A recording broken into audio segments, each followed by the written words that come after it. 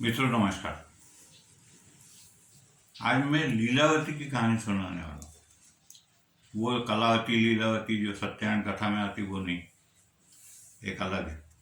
12वीं शताब्दी में एक भास्कराचार्य करके बहुत बड़ा मैथमेटिशियन गणितज्ञ हो गया और उसने अंक गणित पर एक बहुत अच्छी किताब लिखी है।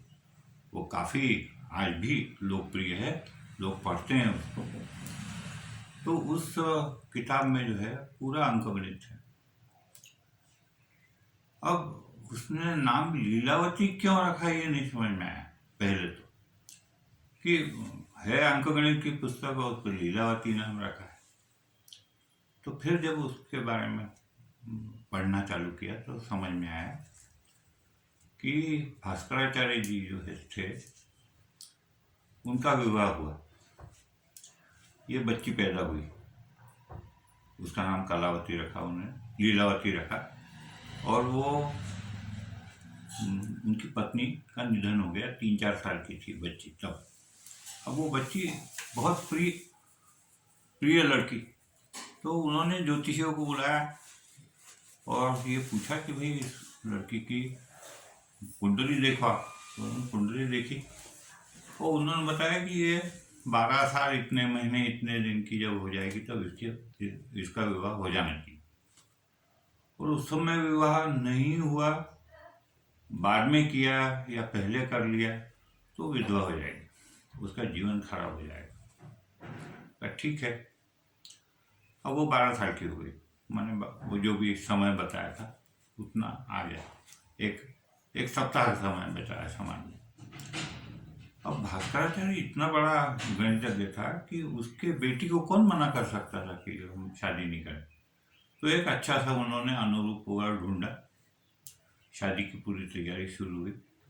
और उस समय क्या है कि सूर्योदय से घटी जो गिनी जाती है, तो एक बड़ा वो नहाने का गंगाल कहते हैं हम लोग, और भी कुछ नाम होगा उसका। तो उसमें छोटी छोटी कटोरियाँ जो 24 मिनट में डूब जाए, ऐसी छोटी कटोरियाँ डालते हैं। उसमें एक छेद होता है, उसमें से पानी अंदर आता है और वो एक टाइम कीपर बैठता है। सूर्योदय हुआ और वो छोड़ना शुरू करता है कि इतने घटी इतने पल में विवाह होना है, जो भी।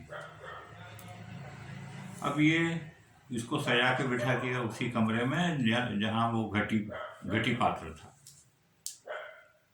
अब ये लड़की तो 12 साल की लड़की को क्या समझ में आ रहा, पूरे ड्रेस में सजा दिया, गहने सजा दिए, ये कर दिया। अब उत्सुकतावश वो उसमें गंगाल में झाँक के देख रही कि कटोरी कैसे डूबती है।